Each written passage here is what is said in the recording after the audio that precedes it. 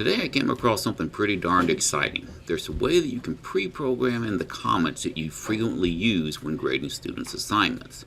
To get there, all you're going to have to do is go into SpeedGrader. That's the only place you can use this is from SpeedGrader. So I'm going to click on my three dots right there. I'm going to go to SpeedGrader and I'm going to open up the assignment.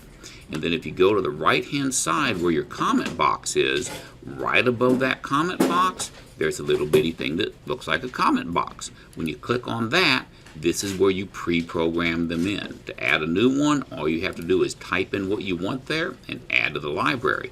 So for example, if this assignment here needed to give me better quality big kid algebraic supporting work in order to get full credit, something I've had to write a million times this year, now all I have to do is hit click, and it submits it there, and then I submit it right here, and boom, it's done. But I'm not going to submit that one because I have no idea how this one's going to be graded yet.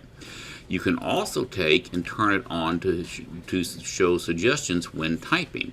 So for example, if I have this one that says C mysteries to make up, if I go down here and just type C, then it's going to pre-fill that same exact thing that I had already got in that comment box. So if you know how each of your comments start, you just have to click the one, or type the words that are at the beginning of it, and it's going to allow you to pre-fill the rest of it and save an awful lot of time in grading.